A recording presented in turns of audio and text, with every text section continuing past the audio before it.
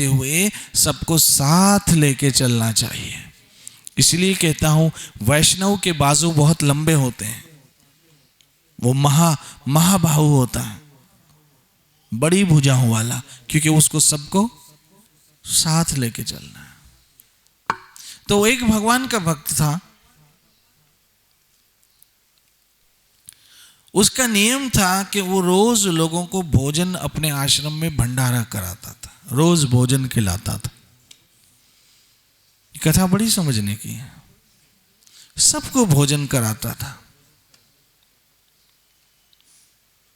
सबको बिठा के, सबको आसन देकर सबको भोजन कराता था, क्योंकि अन्नदान करना बड़ा पवित्र दान होता है। पता है, मैं आप लोगों से चाहता हूं, मेरी इच्छा है आप लोग बहुत अच्छे बनो, अच्छे कर्म करो, रोज आपके हाथों से पुण्य हो, पाप ना हो,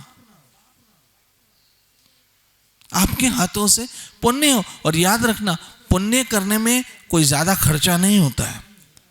मैंने बहुत पहले, आज से 15-16 बरस पहले गोल मैदान में कहा था कि जब आप घर से निकले तो थोड़ा सा आटा साथ लेके चले,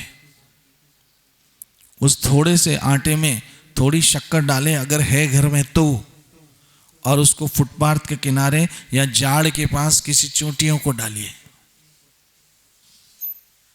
अगर हो सके तो पक्षियों को दाना डालिए, वो आपको दुआएं देंगे। अब मुझे बताइए, श्रील भक्तिपाद जी महाराज को कुछ करने की जरूरत थी? वो तो परमहंस के स्टेज पे थे। लेकिन उस परमहंस के स्टेज पे, उस परमहंस तक अवस्था तक पहुंचने के बाद भी वो अपने घर पर टेरिस पे पक्षियों को रोज दाना डालते थे, रोज पक्षियों को पानी पिलाते थे। ये हमारे हिंदुओं की संस्कृति है, याद रखो। ये हिंदू की नेचर है, पालन करना। खैर, इतिहास बताता कि पालन करने का भाव हमें महंगा भी पड़ा है। किस तरह से विदेशियों ने आकर, हमने उनको पालना चाहा और उन्होंने हमारा गला पकड़ लिया, एक अलग विषय हो जाएगा।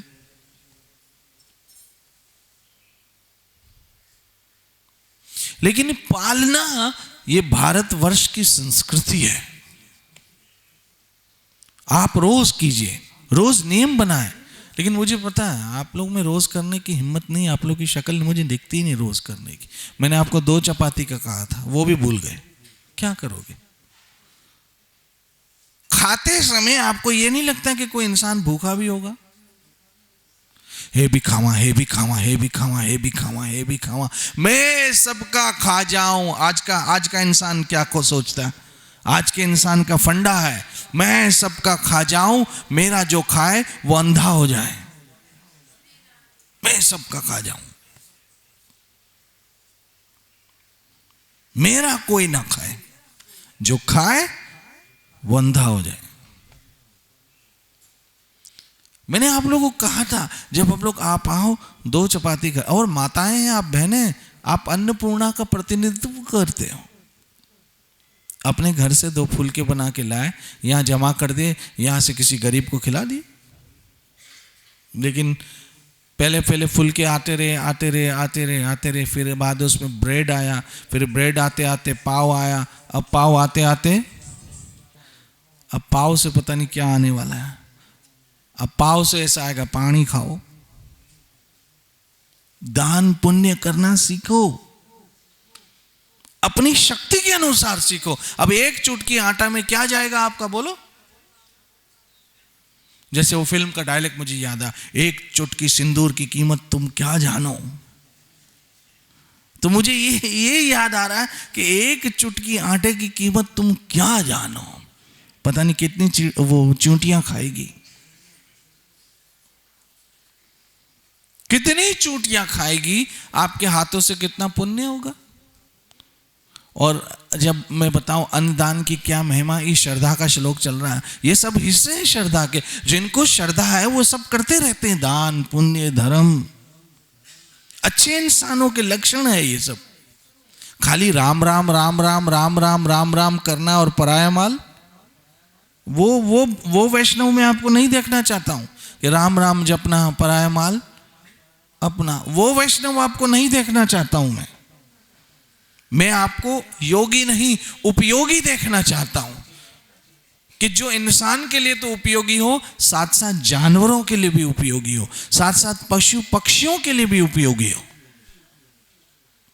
घर से आए, 2 फूल के बना के लाए, यहां पीछे जमा करा दी, वो बाल्टी में फूल के जमा होते, गरीबों को दे दिए जाते, लेकिन वो आपसे होता नहीं।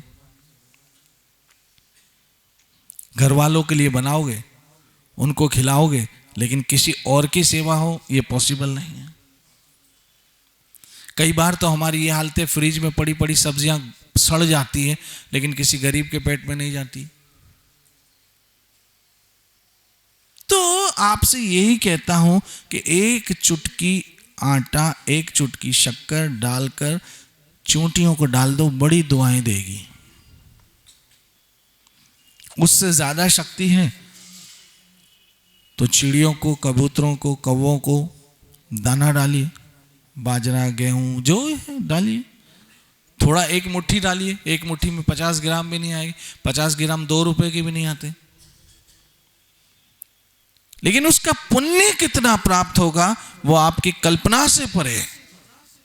मैंने कहा ना, श्रील भक्तिपाद जी महाराज को करने की जरूरत नहीं थी, फिर भी वो करते थे हमें सिखाने के लिए कि ये सब पशु पक्षियों को सबके साथ निभाना सीखो। वैष्णव कौन है? जो इंसान के साथ तो निभाता है, साथ में जानवरों के साथ भी निभाता है। अब श्रील भक्तिपाद जी महाराज देखिए, परमहंस वो गोल मैदान जाते, गोल मैदान जाते। एक दिन मैंने ऐसे पूछा, मैंने बोला श्रील भक्तिपाद जी वहां कोई आपका कीर्तन सुनता नहीं है, फिर आप जाते हो? उन्होंने मुझे क्या कहा, बोला इंसान नहीं सुनते तो क्या हो गया, मैं वहां पौधों को सुनाने जाता हूं, झाड़ वृक्ष, क्योंकि वो भी सब जीवित हैं, वो कृष्ण नाम सुनेंगे तो हो सकता उनको मोक्ष मिल जाए, वो कीर्तन सुनेंगे उनका भला होगा, वृक्षों का, पौधों का, झाड़ियों का, बेल लता पता उनका भला होगा। ये देखो वैष्णव कैसे सोचते हैं। मैं आपको ऐसा देखना चाहता हूं, बस आप तो सोचते हैं मैं सबकी खा जाऊं, मेरी जो खाए वो अंधा हो जाए। आप माताएं, आप स्त्रियां हैं, पूरा किचन आपके हवाले है। अगर सत्संग में आने से पहले उठकर 2 चपातियां पका ली, या आप जब अपने घर वालों के लिए, बच्चों के लिए डब्बा बनाते हो जब वो स्कूल जाता है तभी कर लिया, सत्संग में ला के दे दिया, कितना भला होगा। घर से निकली, थोड़ा सा आटा ले लिया, रास्ते में डालती हुई आ गई, चोटियों ने आपको दुआएं दे दी। तो वो भगवान का भक्त सबको अपने आश्रम में भंडारा कराता, लेकिन भंडारा करने से पहले कहता 5 मिनट भजन करो। क्या करो? भजन करो। ऐसे में एक व्यक्ति नास्तिक टाइप आ गया, उसको कहा मैं भूखा हूं, मुझे खाना खिलाओ। बोला तुमको खाना तो खिलाऊंगा, लेकिन पहले भजन करना पड़ेगा। उसने कहा मैं भजन नहीं करता हूं, खाना खिलाना है तो खिला दो।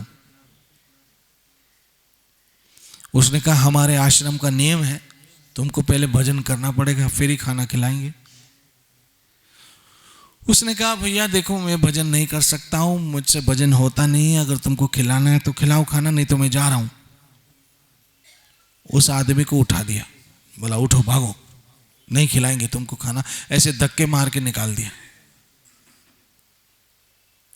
धक्के मार के निकाल दिया।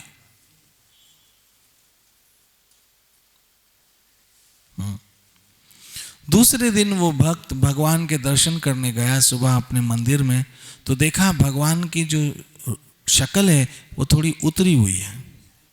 उसको ऐसे दिखा, उसको बड़ी चिंता हुई कि आज मेरे ठाकुर ऐसे खुश नहीं दिख रहे हैं, क्या बात है।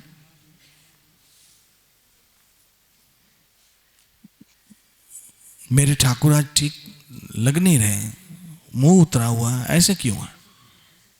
बड़ी चिंता रही, सारा दिन चिंता रही, सारा दिन चिंता रही। रात को ठाकुर सपने में आए तो इसने पूछ लिया, बोला प्रभु आज आपका मूड थोड़ा खराब लग रहा है। कहा खराब तो होना ही है, तूने उस आदमी को भगाया क्यों, खाना नहीं खिलाया? बोला वो भजन नहीं करता इसलिए नहीं खिलाया। बोला वो तो मुझे भी पता है कि वो भजन नहीं करता है, भजन नहीं करता है वो मुझे भी पता है, लेकिन उसकी उम्र है 30 बरस की और मैं 30 बरस से रोज उसको खाना खिलाता हूं। 30 बरस से रोज उसको खाना खिलाता हूं, जब मुझे पता है वो भजन नहीं करता है, लेकिन फिर भी मैं उसको 30 बरस से खाना खिलाता हूं। तू एक समय भी उसके साथ निभा नहीं सका?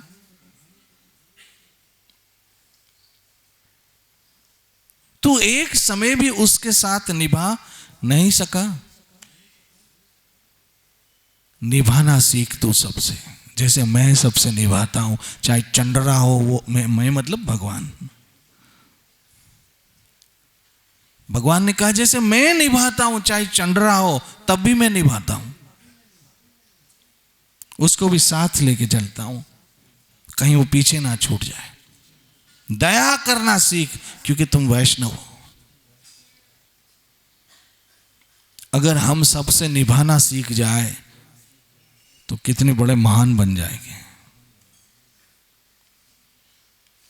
सबसे निभाओ, सबसे निभाओ। वो गाना नहीं है, मैं जिंदगी का साथ निभाता चला गया। अब मैं आगे नहीं गाऊंगा क्योंकि हम में से सिगरेट कोई नहीं पीता है। मैं जिंदगी का साथ निभाता चला गया। सबको साथ लेके चलो। अब सबको साथ लेते चलने में कुछ आस्ते भी चलने वाले होंगे, सबको साथ लेके चलो, ये वैष्णव का धर्म है। अब उस सब में इंसान भी आ गए, जानवर भी आ गए, कुत्ते बिल्ली भी आ गए, सब आ गए। तो ऐसे महान क्यों नहीं बन जाते हो? क्या आपको खर्चा लगता है बताओ? अगर आपके घर में 3 तरह के लोग, 3 अपनी नेचर के हैं, तो आप उन तीनों को साथ लेके चलना सीखो, उसमें ही आपकी महानता है। अगर पत्नी आपके स्वभाव के अनुसार नहीं है फिर भी उसको साथ लेके चलना सीखो। अगर पति आपके स्वभाव के अनुसार नहीं है फिर भी उसको साथ लेके चलना सीखो। बच्चे आपके स्वभाव के अनुसार नहीं है फिर भी उसको साथ लेके चलना सीखो। आप वैष्णव है सब। ऐसे भगवान की कृपा आप पे होगी, क्योंकि ये विष्णु का लक्षण है सबको। हाँ, कैसे मैं बताऊं। ब्रह्मा जी का काम क्या है? सृष्टि करना। शिव भगवान का काम क्या है? संहार करना। लेकिन विष्णु का काम क्या है? पालन करना। तो विष्णु का काम पालन करना है, ऐसे वैष्णव का काम भी पालन करना होना चाहिए। आप वैष्णव हैं। चिड़िया है, क्या है, चूंटियां हैं, कीड़े मकोड़े हैं, सबको आटा दाल जो हो सकता है, कुत्ते हैं, सुअर हैं, दूसरे हैं, ऐसे सबको। कई बार हमारे घर वाले हमें गालियां भी देते हैं और हम उनको फुलके भी पकाते हैं, खिलाते हैं। तो ये जानवर तो फिर भी दुआएं देंगे, उनको क्यों नहीं खिलाते? तो मैं उम्मीद करता हूं कल से आप अपने घरों से थोड़ा आटा लेके निकलोगे, साथ रास्ते में कहीं डाल दोगे, वो चूंटियां आपको दुआएं देगी। ज़्यादा शक्ति है तो चपातियां खिला दो, उससे ज़्यादा सीख सकती है तो फिर जो कर सकते हो उसकी लिमिट। दान करने की, पुण्य करने की कोई लिमिट थोड़ी है। अगर आप रास्ते में चलते हुए केले का छिलका भी हटा देते हो वो भी पुण्य है। क्या पता उस पर कोई स्लिप होकर टांग टूट जाए किसी की। एक सूरदास व्यक्ति को रोड पार करा देना भी पुण्य है। जिसकी आंखें नहीं है और रोड नहीं क्रॉस कर सकता, उसको रोड पार कर देना भी पुण्य है। किसी रोते हुए इंसान को हंसाना भी पुण्य है, पुण्य है। ये वैष्णवों के लक्षण है सब। और जैसे जैसे जैसे आप कथा सुनोगे वैसे वैसे श्रद्धा बढ़ेगी, जैसे जैसे श्रद्धा बढ़ेगी आप में वैष्णवपना आता जाएगा। इसलिए मैं ये प्रार्थना करता हूं, गंदी मक्खी की तरह मत बनना जो मात्र लोगों की बुराइयों पे नजर रखती है। उनमें कुछ अच्छाइयां भी होंगी, उन अच्छाइयों को क्या करो, क्या करो, उसकी हिम्मत बढ़ाओ, उन अच्छाइयों की तरफ उनकी हिम्मत बढ़ाओ, ताकि वो अच्छाइयां बढ़ते बढ़ते बढ़ते एक दिन उसमें से बुराइयां निकल जाए। ये होता है वैष्णव। इसलिए इस श्लोक को हम कल पे छोड़ते हैं, इस उम्मीद पे कि आपने आज जो सुना, और कोई मुश्किल काम तो है नहीं, घर से निकला थोड़ा आटा लाया, चोटियों को डाल दिया, कौन सा मुश्किल काम है। और ये जब आप करोगे तो आपको अन्न दान का पुण्य मिलेगा। पहले जमाने में तो लोग ढूंढते थे कोई गरीब मिले तो अन्न दान करे, पुण्य होता था। गायों को घास डालिए, पुण्य होता है। ये वैष्णवों के सारे लक्षण हैं। हमारे उल्लासनगर में गौशालाएं भी बहुत सारी हैं। बहुत सारा भगवान ने उल्लासनगर को दिया है, उसका सदुपयोग कीजिए, उसका लाभ लीजिए। नित्य भजो हरे कृष्ण कृष्ण कृष्ण हरे हरे, हरे राम श्री श्री राधा वृंदावन चंद्र बिहारी लाल निताय गौर।